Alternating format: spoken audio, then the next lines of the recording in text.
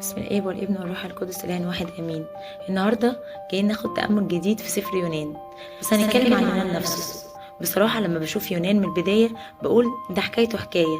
ربنا جاي من أول السفر يقول لك كان قول الرب ليونان، ويبدأ هو الكلام معاك وبيقول لك تعالى يا يونان عايزك تروح وتبشر، وانت تقول له لأ وتهرب منه وتنام نوم عميق كمان في السفينة، والبحر يقوم عليك ولا حاسس بأي حاجة، وتهرب منه كأنه هو مش شايفك، وكمان تقعد في بطن الحوت لما تفتكر وتقول له يا رب انا خلاص وقعت في ايدك وعارف ان انت في ضيقة تستجيب ليا.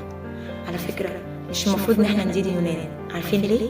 عشان ببساطة كلنا يونان. ايوه دي حقيقة، ربنا حنين وعنده طول أناة كبيرة، وفضل ورا يونان لحد ما علمه الدرس، علمه الإيمان والطاعة، وإن الإيمان بس مش مجرد كلام، لأ دي كمان مواقف، ونثبت كل كلمة احنا مؤمنين بيها قدام ربنا قدام الناس كمان. هو دوت اللي احنا بنتكلم فيه النهارده.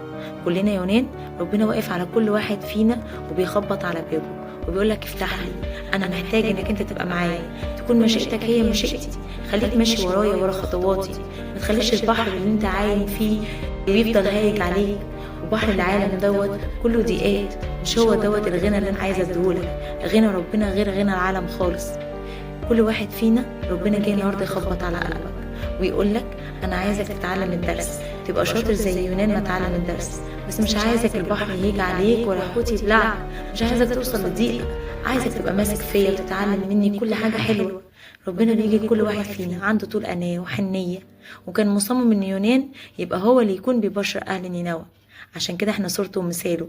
كل واحد فينا لما يشوفنا يقول ده ولاد المسيح فعلا. النهارده عايزين نكون يونان، نتكلم كلام ربنا ونبشر بيه ونقول بكل أفعاله احنا ولاد ربنا. تعلم الدرس وخليك شاطر زي يونان. شكرا.